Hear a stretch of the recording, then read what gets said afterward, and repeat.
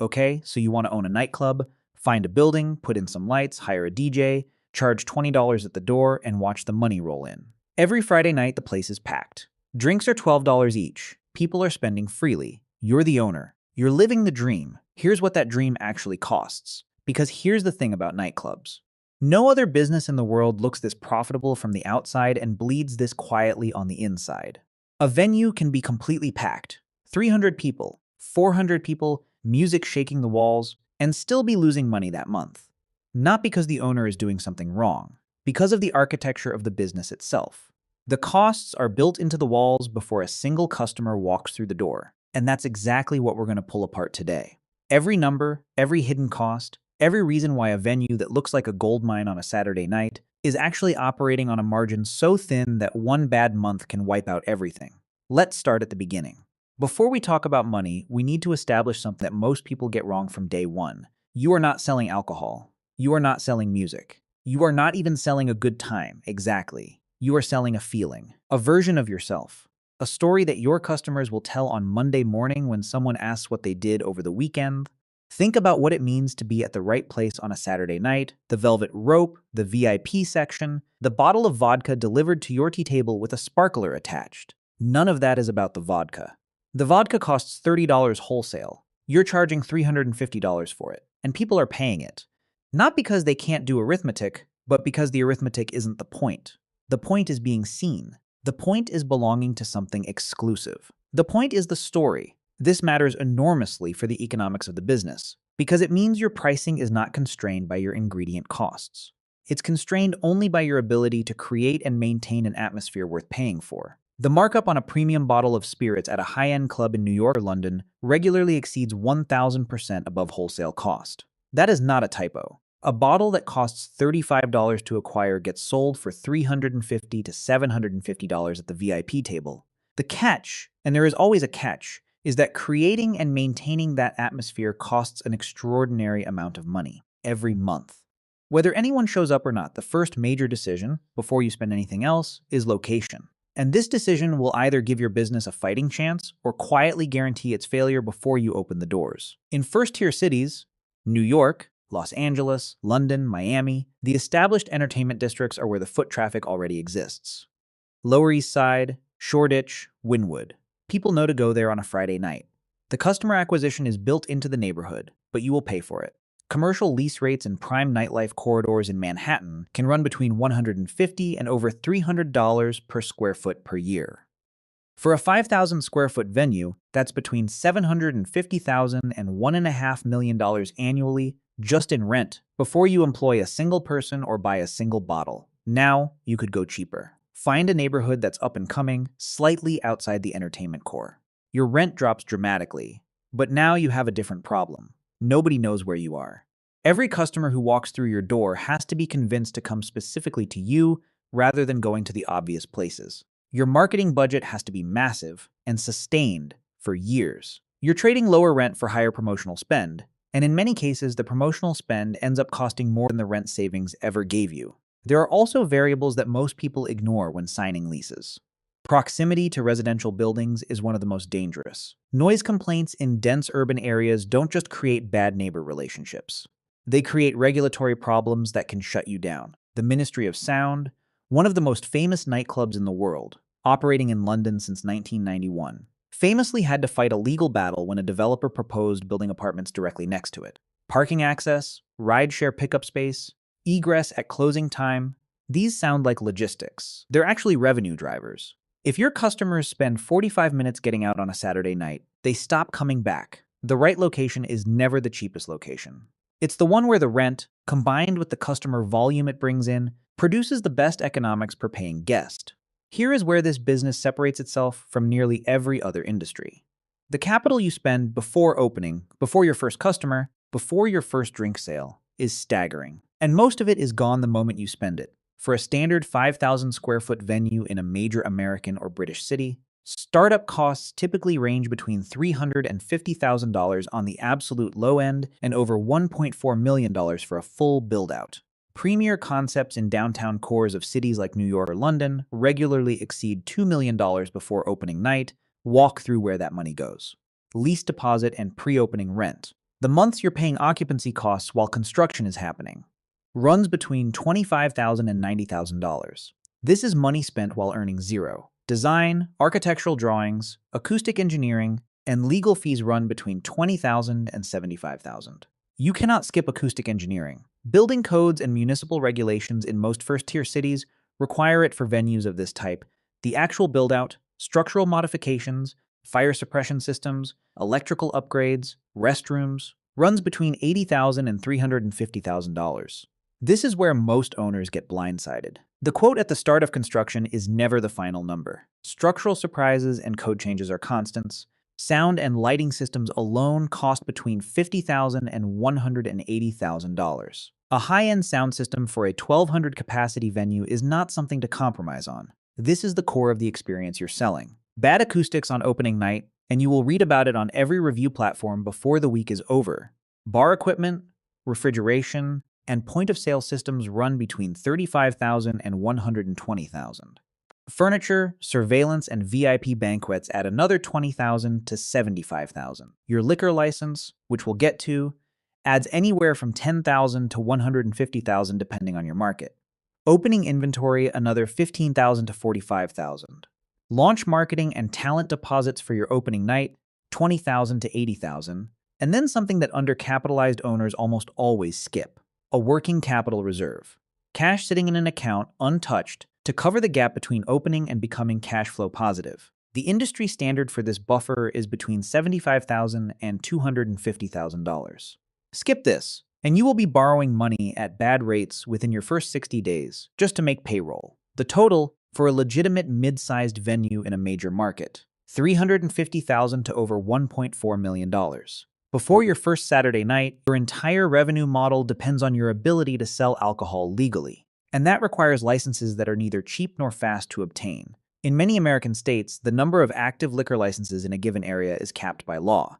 These are called quota licenses. Because the cap is fixed and demand is not, existing licenses trade on a secondary market. In New York City, a full liquor license on the secondary market can cost anywhere from $10,000 to over $150,000.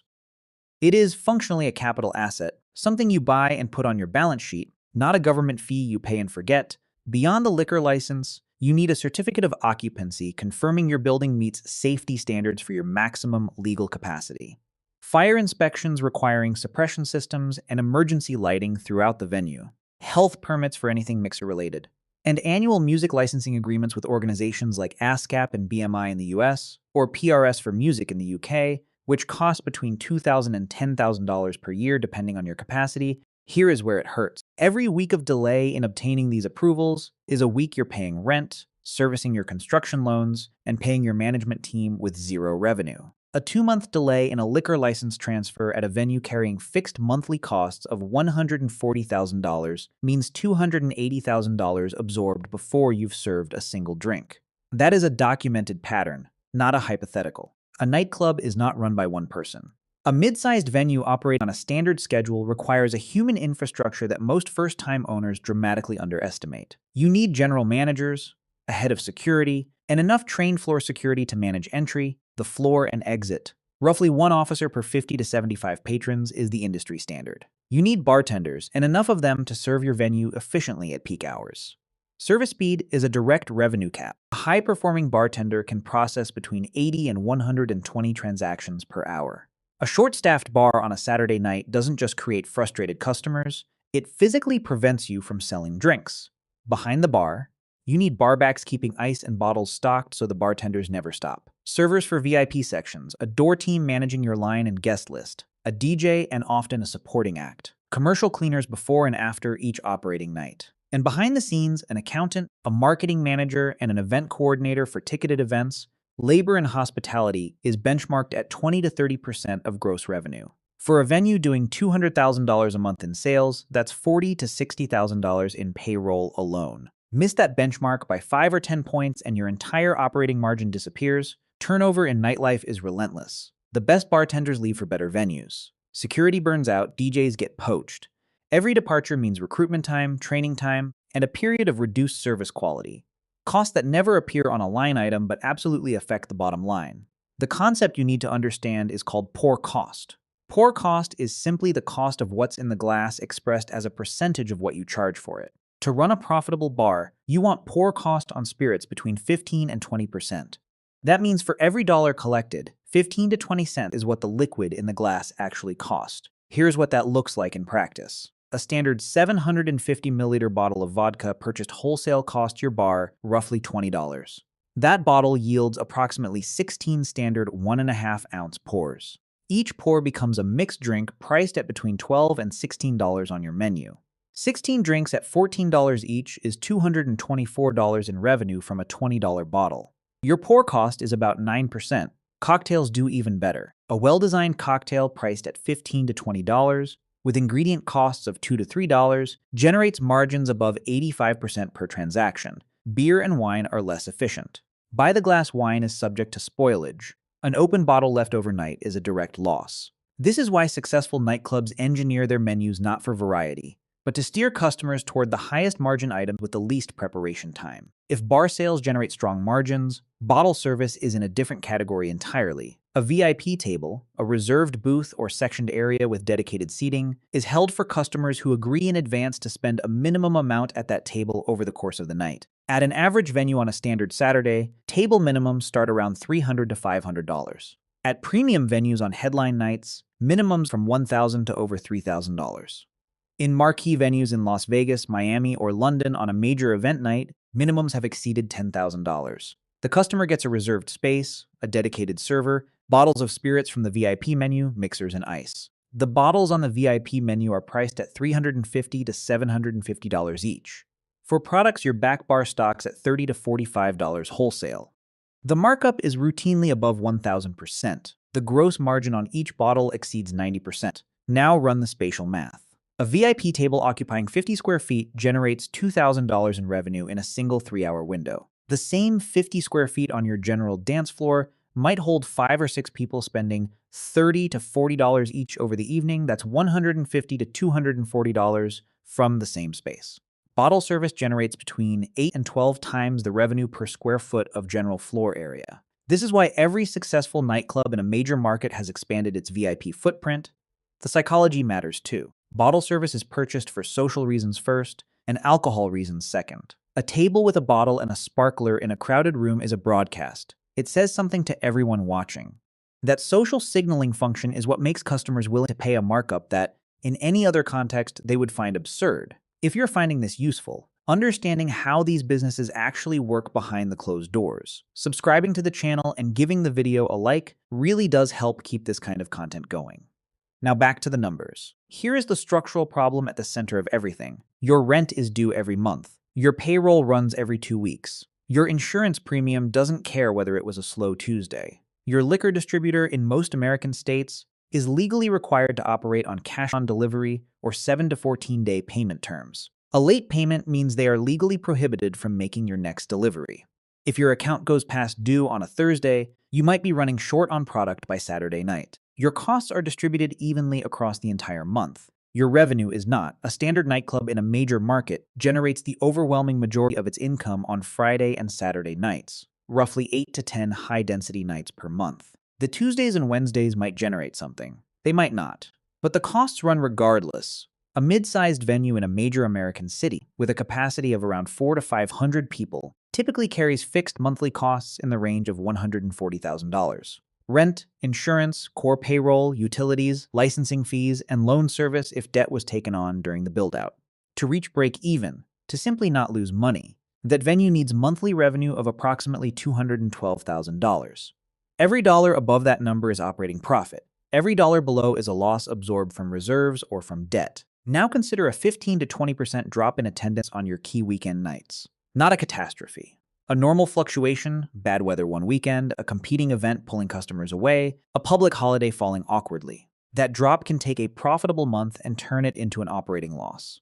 Every time. This is why clubs that look successful from the outside are quietly burning through cash. The margin between a good month and a bad month is not measured in small percentages. It's measured in hundreds of thousands of dollars. Booking talent is how you fill the room on key nights. It's also one of the largest financial risks in the business. When a nightclub books a recognized DJ or celebrity appearance, The financial structure has three parts, and most people only think about one. The performance guarantee, the fee paid to the artist, runs between $3,000 and $10,000 for a regional act, between $10,000 and $25,000 for a nationally known touring artist, and starts at $25,000 for an A-list headliner, routinely exceeding $100,000 for a single night. In most cases, 50% of that fee is required as an upfront deposit upon signing the contract, before a ticket has been sold. Then comes the technical rider, the specific equipment the artist's management requires. Additional sound console models, lighting rigs, CO2 effects. These are not optional, and fulfilling a major headliner's technical rider can add $5,000 to $20,000. Then the hospitality rider, first-class flights, 5-star hotel rooms, private transport, catering in the green room. For an A-list act, this adds another $10,000 to $30,000. So when an owner sees a performance fee of $50,000 and believes they understand the event cost, the actual total outlay is often closer to $80,000 or $90,000. To break even on a night with that kind of talent cost, every dollar has to come back through ticket sales, elevated table minimums, and bar revenue in a single evening. If the weather is bad, if a competing event pulls attendance, if the artist cancels, you absorb the loss. The deposit is typically non-refundable. Every business plan accounts for known expenses. Nobody writes a section for the ones they haven't thought of yet. Credit card chargebacks are one of the largest hidden drains. A customer spends $400 at a VIP table, gets home, and disputes the charge. The credit card company sides with the cardholder by default unless you can produce specific documentation. You lose the revenue, you lose the cost of goods served, and you pay a processing fine on top. In a venue doing high volumes of VIP transactions, chargebacks can quietly consume 1% to 3% of gross VIP revenue annually, room plumbing damage. High-traffic venues run their plumbing at a rate unimaginable in any residential context. Blockages, overflows, fixture damage, these happen constantly. An emergency plumber at 2 in the morning on a Saturday in a major city will cost you, and it will happen more often than you expect. Municipal noise fines in cities like New York and London escalate quickly. Repeat citations can trigger license reviews. The legal cost of contesting a license review, attorney fees, hearings, documentation can run into the tens of thousands post-event commercial cleaning. After a large event, the venue needs professional cleaning before morning inspections. A commercial crew for a 5,000 square foot venue after a major night runs between $500 and $2,000. Multiply that across the month. None of these appear in the first draft of any business plan. All of them appear in the monthly bank statement. The failure pattern is rarely dramatic. There's no single catastrophic event. It looks like this. The venue opens with strong momentum. The first 3 to 6 months are exciting. Social media buzz, novelty, a line around the block. Revenue looks good. The owners feel confident. Then, somewhere between months 12 and 18, something shifts. The buzz fades slightly. A new venue opens nearby. Some of the regulars start going there instead. Revenue softens.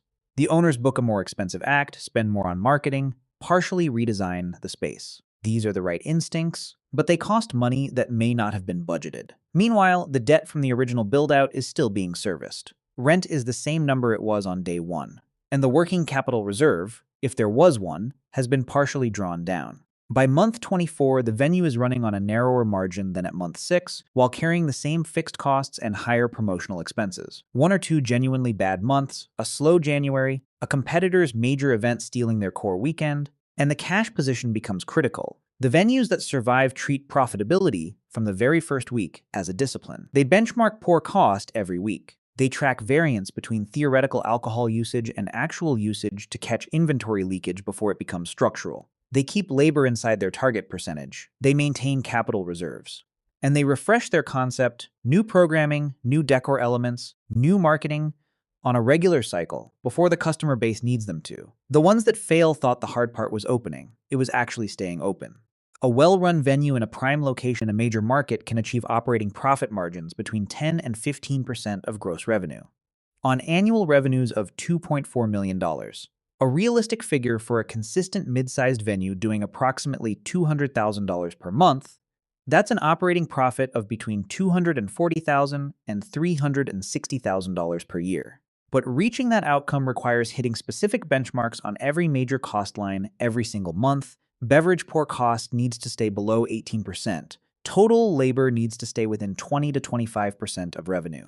The venue needs at minimum 4 to 6 VIP tables running consistently, generating between 30 and 40% of total nightly revenue from bottle service. Marketing spend needs to be disciplined enough to maintain door density without consuming the margin it generates. The operators who achieve those returns don't just run nightclubs. They run data-driven hospitality businesses. They review weekly point-of-sale reports, comparing theoretical beverage consumption against actual usage to catch shrinkage before it becomes a drain. They adjust table minimums and cover charges based on advance reservation volume. Higher floors on pre-sold nights, targeted promotions on softer ones. The difference between a venue generating a 3-year payback period on a $900,000 investment and one that limps along for 15 years without ever recouping its capital often comes down to one thing: how seriously the owner treats the financial management of the business when the venue is full and the music is loud and it feels like everything is going perfectly. That is exactly when the mistakes get made. Here is what the math looks like at both ends. In the optimistic scenario, prime location, strong VIP conversion, consistent weekend attendance, monthly gross revenue lands around $240,000. After beverage costs, labor, rent, marketing, talent, and operating expenses, the venue produces a net operating cash flow of around $25,000 per month. That is $300,000 per year.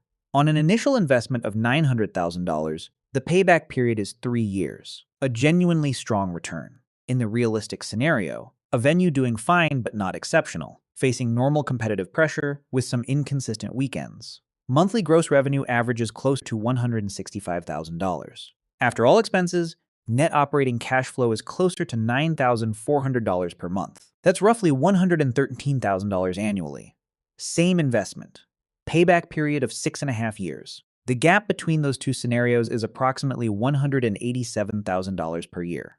From the same size venue, in the same city, selling the same drinks, that gap is produced by the size and consistency of the VIP section, the efficiency of bar service, inventory control, and the ability to hold and grow a loyal customer base. None of those factors are luck. All of them are decisions. The nightclub business is not a lifestyle purchase. It's not a ticket to the party you've always wanted to attend. It's a capital-intensive, operationally complex, highly regulated business that runs on thin margins, depends almost entirely on human behavior you cannot control, and requires a level of financial discipline that is genuinely uncommon in an industry defined by its opposition to anything that looks like discipline. The people who make serious money in this industry, the ones who turn a single venue into a brand, expand into multi-city operations, build something that generates returns for years, treat the nightclub exactly the way a fund manager treats a portfolio. Every number matters. Every variance matters. The music is just the product. The house always wins. But only if the person running the house understands that they are running a business, not attending a party. If you want to go deeper on the business side of things, the frameworks and financial thinking that apply across industries like this one, there's a detailed business guide linked in the description and pinned in the first comment. Worth checking out. And if this breakdown gave you something to think about, if the numbers landed differently than you expected, please do like the video and subscribe if you haven't already. It genuinely helps, and there's a lot more of this coming. Thanks for watching.